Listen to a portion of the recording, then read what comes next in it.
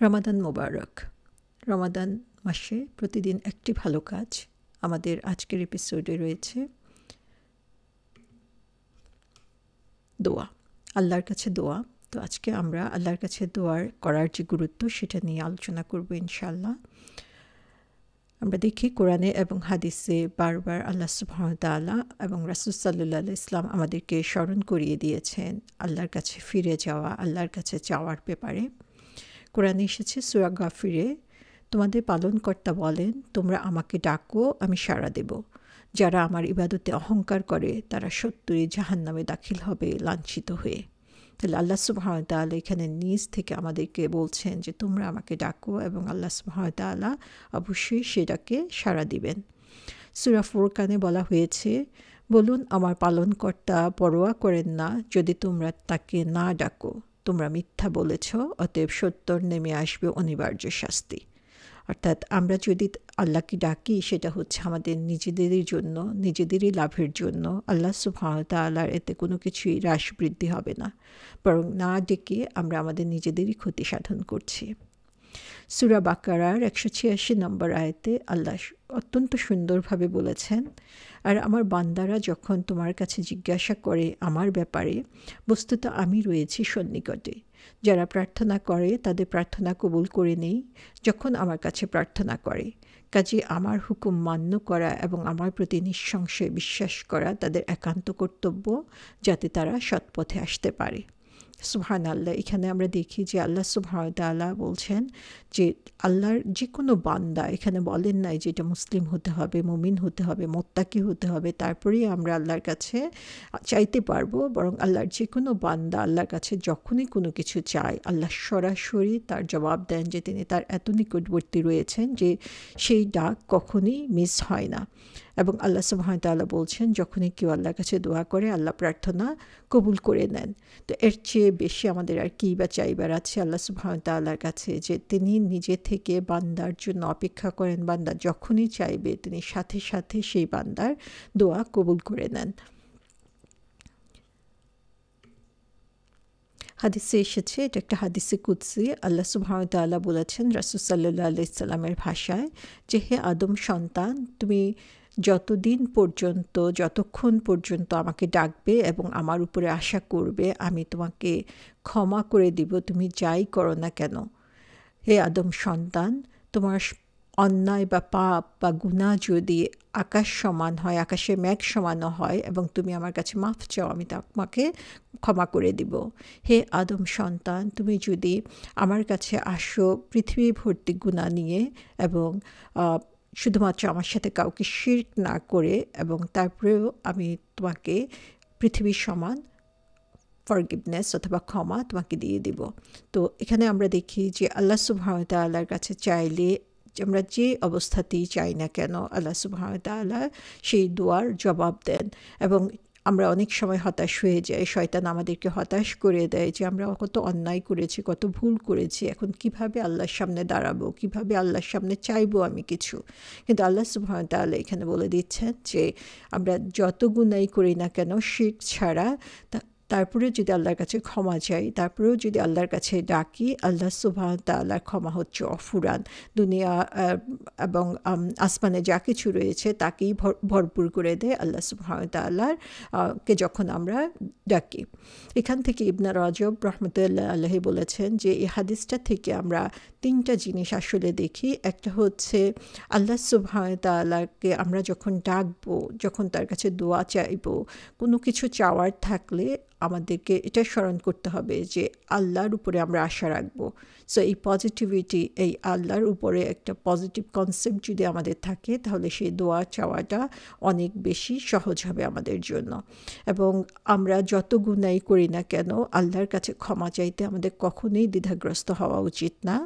এবং আল্লাহর একত্ববাদের উপরে বিশ্বাস যদি থাকে, আমরা যে কোনো সময় তার কাছে চাইতে পারবো, যে কোনো সময় তার কাছে ক্ষমা চাইতে পারবো, কারণ আমরা জানি যে তারই হচ্ছে সমস্ত শক্তি। তিরমিজি শরীফের হাদিসে এসেছে, কেউ যদি চায় যে আল্লাহ সুবহানাহু ওয়া তাআলা তার কষ্টের সময়, দুঃখের সময়, বা সে যখন গ্রস্ত, তখন আল্লাহ সুবহানাহু ওয়া তাআলা তার ডাকে সাড়া দেক, তাহলে তার উচিত যখন সে ভালো অবস্থায় থাকে, সুখী অবস্থায় থাকে, তখন হচ্ছে বেশি বেশি করে আল্লাহর কাছে দোয়া করুক। তো আমরা এটা বুঝতে পারি যে কারো কাছে যখন আমরা সমস্যায় পড়ে যাই, তখন সে জিনিসটাকে যতটুকু জিনিসটার প্রতি রেসপন্স করবে তার চেয়েও বেশি রেসপন্স করবে যদি আমরা সর্বাবস্থায় তাকে আমরা স্মরণ করি। তো আল্লাহ সুবহানাহু ওয়া তাআলাকে আমরা যদি সুখের অবস্থাতেও স্মরণ করি, তার কাছে দোয়া করতে থাকি, তাহলে কঠিন অবস্থায় যখন দোয়া করব তখন সেটা তাড়াতাড়ি আল্লাহ সুবহানাহু ওয়া তাআলা জবাব দিয়ে দিবেন। তিরমিজি শরীফের হাদিসে এসেছে, দোয়া হচ্ছে এক ধরনের ইবাদত। সুবহানাল্লাহ, আমরা দোয়া করি আমাদের প্রয়োজনে, আমাদের চাওয়ার তাগিদে, কিন্তু আল্লাহ সুবহানাহু ওয়া তাআলা বলছেন এটা হচ্ছে এক ধরনের ইবাদত। তার মানে দোয়া করার মাধ্যমে আমরা আসলে আল্লাহর কাছ থেকে রিওয়ার্ড পাচ্ছি, পুরস্কার পাচ্ছি। এবং আরেকটা হাদিসে এসেছে যে কোনো কিছুই আল্লাহর কাছে বেশি সম্মানিত না দোয়ার চেয়ে, অর্থাৎ দোয়া করাটা হচ্ছে আল্লাহর কাছে খুবই সম্মানের একটা ব্যাপার। এবং আল্লাহ সুবহানাহু ওয়া তাআলা তাদের উপরে রাগ করেন যারা হচ্ছে আল্লাহর কাছে দোয়া করে না। আমরা যখন মানুষের কাছে কিছু চাই, 1 দিন 2 দিন বা 3 দিন আমরা মানুষের কাছে চাইতে পারি, কিন্তু তারপরেই দেখব তারা মুখ ফিরিয়ে নিচ্ছে বা তারা হচ্ছে আমাদের সে চাওয়ার জবাব দিতে কুণ্ঠাবোধ করছে। আর আল্লাহ সুবহানাহু ওয়া তাআলা হচ্ছেন, তার কাছে যত আমরা চাইব তত বেশি আমরা তার প্রিয়পাত্র হতে পারবো। আরেকটা হাদিসে এসেছে, তোমরা যখন আল্লাহর কাছে কিছু চাইবে তখন অনেক বেশি পরিমাণে চাও, কারণ তুমি তোমার রবের কাছে যাচ্ছ, যার কোনো কিছুর কমতি নাই, যার হচ্ছে অফুরান ভাণ্ডার রয়েছে।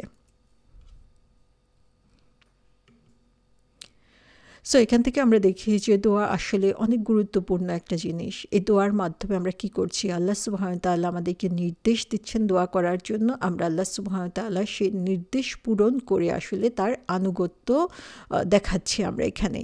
আল্লাহ সুবহানাহু ওয়া তাআলা বলেছেন যে যারা হচ্ছে বেশি বেশি করে দোয়া করবে তাদের কি হচ্ছে, তাদের মধ্য থেকে অহংকার বা অ্যারোগেন্স, গর্ব, এগুলো দূর হয়ে যাবে। সো আমাদেরকে পিউরিফাই করার একটা উপায় হচ্ছে আল্লাহর কাছে বেশি বেশি করে দোয়া করা। এবং দোয়া হচ্ছে একটা ইবাদত, এটা আমরা অলরেডি বলেছি। এবং আল্লাহ সুবহানাহু ওয়া তাআলা বলেছেন সূরা যারিয়াতে যে আমি মানুষ এবং জিন জাতিকে শুধুমাত্র আমার ইবাদতের জন্য সৃষ্টি করেছি। সো ইনফ্যাক্ট আমরা দোয়া করে আল্লাহর ইবাদতে আরও বেশি নিজেকে মশগুল করতে পারছি। এবং দোয়া হচ্ছে আল্লাহর কাছে সবচেয়ে পছন্দনীয় জিনিস। তো আল্লাহ সুবহানাহু ওয়া তাআলা এবং রাসূল সাল্লাল্লাহু আলাইহি ওয়াসাল্লাম এভাবে বারবার আমাদেরকে প্রতিনিয়ত দোয়া করার ব্যাপারে উৎসাহিত করেছেন। তিরমিজি শরীফের একটা হাদিসে এসেছে, কেউ যখন আল্লাহর কাছে কোনো দোয়া করে তখন আল্লাহ সুবহানাহু ওয়া তাআলা তার সেই দোয়াকে ফিরিয়ে দেন না, অর্থাৎ তার দোয়াটাকে কবুল করে নেন, অথবা সেই পরিমাণ কোনো খারাপ জিনিস থেকে তাকে মুক্ত রাখেন বা খারাপ জিনিস থেকে তাকে রক্ষা করেন, এবং যতক্ষণ পর্যন্ত না সে কোনো গুনার জিনিসের জন্য চায় অথবা তার আত্মীয়তার সম্পর্ক নষ্ট করে। তো আল্লাহ সুবহানাহু ওয়া তাআলা আসলে প্রত্যেকটা দোয়ারই জবাব দেন। অনেক সময় আমরা স্থির হয়ে যাই যে দোয়া করছি কেন আল্লাহ সেই দোয়া শুনছেন না। আসলে আল্লাহ সুবহানাহু ওয়া তাআলা প্রত্যেকটা দোয়ারই জবাব দেন। কোনো দোয়া যেটা আমার জন্য ভালো সেটা আল্লাহ সুবহানাহু ওয়া তাআলা ইমিডিয়েটলি আমাদেরকে দিয়ে দেন। কোনো দোয়া যে দোয়াটা হচ্ছে আমার জন্য দুনিয়ার জীবনে উত্তম না, সেটা আল্লাহ সুবহানাহু ওয়া তাআলা আখিরাতের জন্য তার একটা পুরস্কার রেখে দেন, অথবা তার চেয়ে বেটার কোনো কিছু দিয়ে তিনি রিপ্লেস করে দেন। সো আল্লাহ সুবহানাহু ওয়া তাআলার কাছে চাইবার ব্যাপারে আমাদের কখনোই কার্পণ্য করা উচিত না। এবং দোয়া করে আমরা যে ইবাদত করছি, আল্লাহ সুবহানাহু ওয়া তাআলার নির্দেশ পালন করছি, সেটা আমরা বেশি বেশি করে শো করব যে এমন কোনো জিনিস নাই যে ব্যাপারে আমরা আল্লাহর কাছে চাইতে পারি না। সাহাবাদের ঘটনা এসেছে যে তারা তাদের জুতার ফিতা ছিঁড়ে গেলে সেটার জন্য আল্লাহ সুবহানাহু ওয়া তাআলার কাছে চেয়েছে। তো এভাবেই তাদেরকে প্রতিনিয়ত আল্লাহর উপর ভরসা করা, আল্লাহর উপর আস্থা রাখার শিক্ষা রাসূল সাল্লাল্লাহু আলাইহি ওয়াসাল্লাম দিয়েছেন। দোয়া কবুল হওয়ার বেশ কিছু সময় রয়েছে যে সময়ে দোয়া তাড়াতাড়ি কবুল হয়ে যায়। যেমন আমরা যখন ফরজ নামাজগুলো পড়ি, ফরজ নামাজের পরে যে দোয়া করা হয় সেটা তাড়াতাড়ি আল্লাহ সুবহানাহু ওয়া তাআলার কাছে কবুল হয়ে যায়। আজান এবং ইকামার মাঝের যে সময়টায় সেই সময়ে যে দোয়া করা হয় সেটাও আল্লাহর কাছে তাড়াতাড়ি কবুল হয়ে যায়। তাহাজ্জুদের নামাজে যে দোয়া সেটা বলা হয়েছে যে সেটা হচ্ছে একটা তীরের মতো, যেটা কখনোই হচ্ছে তার টার্গেটে হিট করতে ভুল করে না। যখন বৃষ্টি হয়, বৃষ্টি হচ্ছে এক ধরনের নেয়ামত, এবং সেই সময়ে যে দোয়া করা হয় সেটাও হচ্ছে আল্লাহ সুবহানাহু ওয়া তাআলা কবুল করে নেন। কোরআন পড়ার পরে যে দোয়া করা হয় সেটা কবুল করে নেন। যখন মানুষ সফর অবস্থায় থাকে তখন যে দোয়া করে সেটাও আল্লাহ সুবহানাহু ওয়া তাআলা কবুল করে নেন। মৃত্যুর আগে যখন কেউ রিয়েলাইজ করে এবং সেই সময়ে যখন তার জন্য দোয়া করা হয় বা আশেপাশের মানুষ যখন তার জন্য দোয়া করে সেটাও তখন তার জন্য কবুল হয়। জমজম ওয়াটার খাওয়ার সময় যে আমরা জানি যে সেটাও এক ধরনের সুন্নাহ, যে আমরা জমজম ওয়াটার পান করার সময় যেই দোয়া, যে সেই সময় যা দোয়া করব সেটা আল্লাহ সুবহানাহু ওয়া তাআলার কাছে কবুল হয়। রোজা অবস্থায় আমরা যে দোয়া করি সেটাও আল্লাহ সুবহানাহু ওয়া তাআলা কবুল করে নেন। তো এরকমভাবে কিছু সময় রয়েছে যেই সময়গুলো হচ্ছে আল্লাহর পছন্দনীয় সময়, এবং সেই সময় আমরা যত বেশি দোয়া করতে পারি তত বেশি সেই দোয়া অ্যাকসেপ্টেড হবে। বাবা মার দোয়া কখনো বিফল হয় না, মুসলিমের দোয়া কখনো আল্লাহর কাছ থেকে ফিরে আসে না। তিরমিজি শরীফে হাদিসে রয়েছে যে আল্লাহ সুবহানাহু ওয়া তাআলা হচ্ছেন এত বেশি দানশীল যে যখন তার কোনো বান্দা তার কাছে কিছু চাওয়ার জন্য হাত তুলে, আল্লাহ তার হাতকে খালি হাতে ফিরিয়ে দিতে তিনি লজ্জা পান। সুবহানাল্লাহ, যে আল্লাহ সুবহানাহু ওয়া তাআলা তার দানের দরজা খুলে রেখেছেন আমাদের জন্য। আমাদেরকে শুধু চাইতে হবে, আমাদের যা কিছু প্রয়োজন প্রতিনিয়ত আমরা তার কাছে চাইতে পারি, এবং তার মাধ্যমে আমরা একদিকে আমাদের প্রয়োজনীয় জিনিস আল্লাহর কাছ থেকে পাচ্ছি, এবং তার সাথে সাথে আমাদের যেই রিওয়ার্ড অথবা আমার আমলনামা আমরা দেখা যাবে পজিটিভ থিংস দিয়ে আরও বেশি পূর্ণ করে দিতে পারবো। তো আমরা খুব ইজিলি প্রতি মুহূর্তেই আসলে আল্লাহর কাছে আমরা দোয়া করতে পারি। এটার জন্য খুব ফিক্সড টাইমের দরকার নাই, যেই দোয়া করাটা হচ্ছে আমরা আমাদের অভ্যাসে পরিণত করে নিতে পারি।